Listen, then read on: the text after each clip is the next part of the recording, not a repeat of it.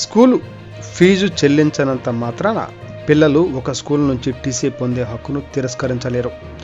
Telangana high court ఏ కారణం చేతనైనా ఒక పాఠశాల నుండి బదిలీ సర్టిఫికెట్ టీసీ పొందే హక్కును పాఠశాల అధికారులు కేవలం పాఠశాల ఫీజు బకాయి ఉన్నందున తిరస్కరించలేరని తెలంగాణ హైకోర్టు వ్యాఖ్యానించింది. తమ పిల్లలకు టీసీలు ఇవ్వకుండా పాఠశాలకు ఆదేశాలు జారీ చేయాలని కోరుతూ విద్యార్థుల తల్లిదండ్రులు దాఖలు చేసిన రిట్ పిటిషన్లో కోర్టు ఈ విధంగా పేర్కొంది. జస్టిస్ సూరేపల్లి నంద సింగిల్ బెంచ్ ఇలా వ్యాఖ్యానించింది. పిల్లలు ఏ కారణం చేతనైనా బదిలీ ధృవీకరణ పత్రాలు పొందే హక్కును పాఠశాల యాజమాన్యం అధికారులు తిరస్కరించలేరు.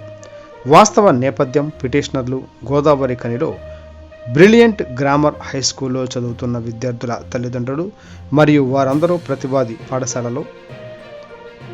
పాఠశాల విద్యను అభ్యసిస్తున్నారు మరియు గతంలో పేర్కొన్న పాఠశాలలో ప్రవేశం పొందారు. పిటిషనర్ల ప్రకారం ప్రతివాది పాఠశాల వారి పిల్లలకు టీసీ ఇవ్వలేదు మరియు అదే జారీ చేయడానికి బ్యాలెన్స్ ఫీజు చెల్లింపు కాకుండా అదనంగా చెల్లించమని వేధించింది.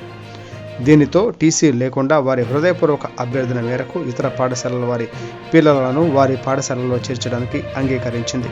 వారికి త్వరగా టీసీ ఇవ్వబడుతుంది. కాగా పిటిషనర్లు తమ పిల్లలకు టీసీలు ఇవ్వాలని కోరగా స్పందించిన పాఠశాల అదేవిధంగా జారీ చేయడంలో విఫలమై పదే అక్రమ డిమాండ్లను ఆశ్రయించింది. పై విషయంలో హైకోర్టు ఇలా పేర్కొంది.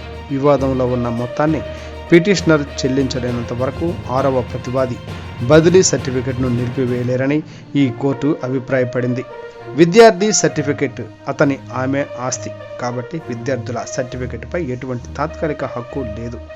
పిటిషనర్ల పిల్లల సర్టిఫికెట్లను నిలిపివేయడాన్ని ప్రతివాది పాఠశాల సమర్థించడం లేదని కోర్టు పేర్కొంది. అందువల్ల పిటిషనర్ల పిల్లలకు 2 వారాల వ్యవధిలో టీసీ ఇవ్వాలని ప్రతివాద పాఠశాలను ఆదేశించింది.